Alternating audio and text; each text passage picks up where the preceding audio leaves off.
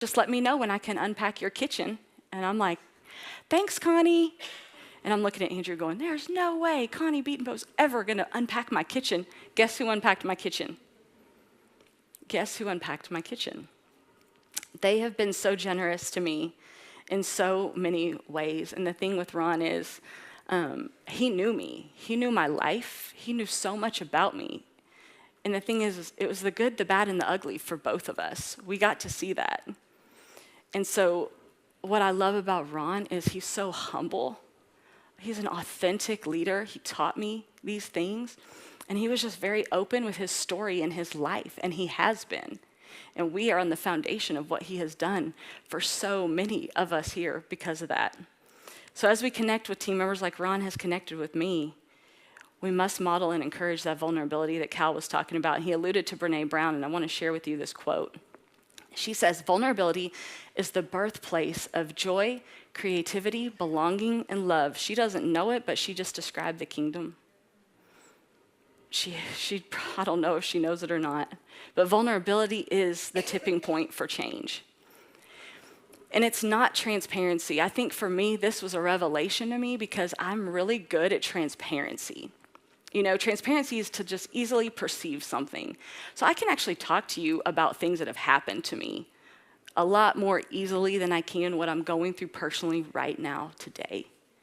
And every time I think about Holly and Rick, I was also in the room with their story earlier when they were talking about their son.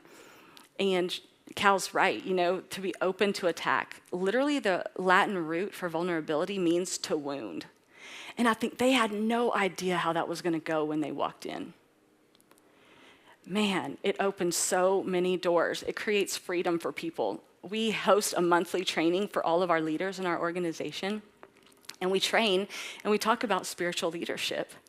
And just this past spring, we were talking about that, and we had one of our area directors, he told me I could share this story, who's basically a division president, okay, in any other organization. I mean, they're building hundreds and hundreds of homes and have large teams. And at his table, he shared with a leader that's in my care that, you know, sometimes he's still learning how to read the Bible.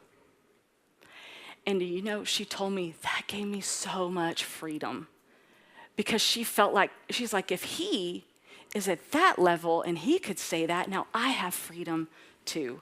That's what vulnerability does, because your weakness is your witness to others. It is how we connect deeply with people.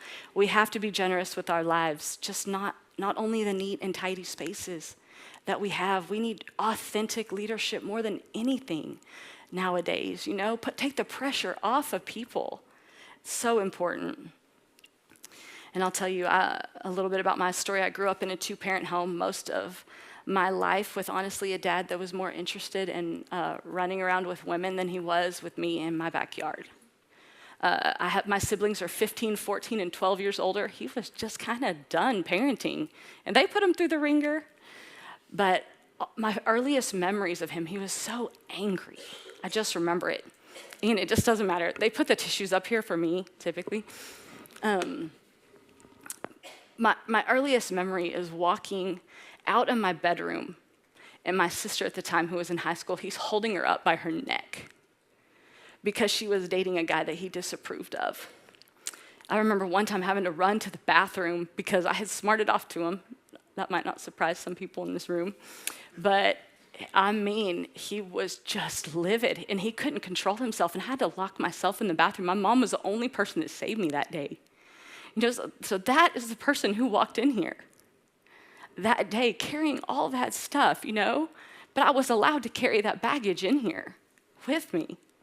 And so then, to my surprise, in 2006, I walk in. One of the first people I meet is Ron Beatonbow, just standing there. I can picture it like it was yesterday. I know where he was standing when I walked in. And Ron has loved me from the minute I walked in that door, the minute.